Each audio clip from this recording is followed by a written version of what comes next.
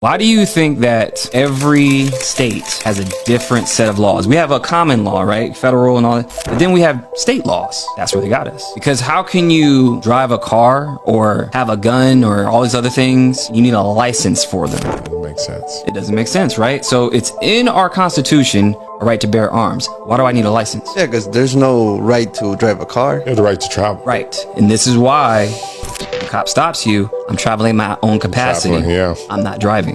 This is the scam system that we're in when it comes to the money, sovereignty, corporation. When you establish a corporation, it's a corporation that's, it's dead. It's a dead entity. This is how their magic works, right? So like it's on your dollars, symbolism, Freemasons use symbolism, all this stuff that we use today, it's all occult magic. Riverbank, currency. I need to be liquid in order to pay for this. So we're using language of sea because there's more of the sea than there is of the land. So it's maritime admiralty law. It's the law of the sea that governs everything. This is what this is based on. So when you're at birth and you're like a ship, a doctor delivers who you are, and your manifest is your birth certificate. Why do we need birth certificates? Because they trade on it. The IMF has a deal to where every driver's license, birth certificate, any kind of license, they trade on the open market. You're a stock. So this is why you have Social Security. They're paying you pennies on the dollar to what you're owed already. And I know about with debt, let's say I owe $20,000 for like a payment. Once I defer it, it gets to a point where people are just selling and buying my debt. Yeah, so like